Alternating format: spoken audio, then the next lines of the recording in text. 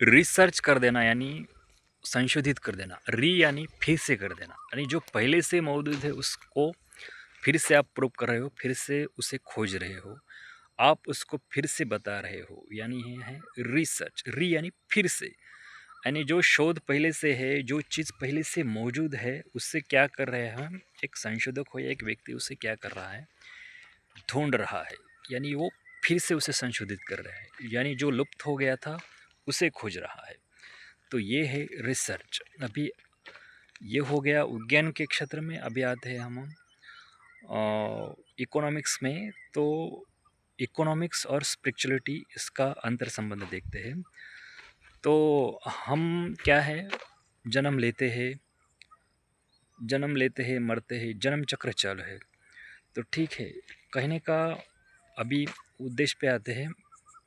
तो हम जो मुख्य सुख है, या जो पहले से ही संशोधित है, जो पहले से ही शांति है, तो हम उसका जो कभी उपभोग ही नहीं लेते हैं।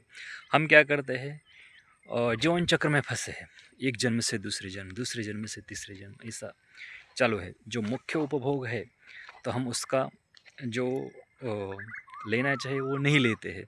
उपभोग यानी अभी देखो, यानी सेकेंडरी, जैसे रिसर्च ये भी सेकेंडरी हो गया।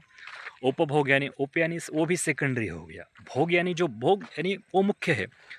जो मुख्य भोग है हम उससे दूर ही रहते हैं, और जो सेकेंडरी है हम उसे ही भोगते रहते हैं। अब मुख्य भोग जो है वो शांति का है, शांति को तो हम महसूस ही नहीं करते, उसका तो बोध ही नहीं करते हैं। तो जो मुद्दल स्वरूप है, तो वो है मुद्दल स्वरूप परम शांति, यानी उसे निर्वाण भी कहा जाता है, मुद्दल स्वरूप है। और हम क्या करते हैं, जो मुद्दल स्वरूप है उसे तो कभी भोगते ही नहीं है। हम क्या करते हैं, उसका व्याज ही चुकाते रहते हैं। व्याज यानी एक जन्म से दूसरे जन्म, दूसरे जन्म से तीसरे जन्म, यानी हम जो जीवन चक्र है उसमें ही फंसे रहते हैं। और जो मुख्य शांति का जो भोग है, उसका भोग हम ले ही नहीं रहते हैं, उसे हम छोड़ देते हैं।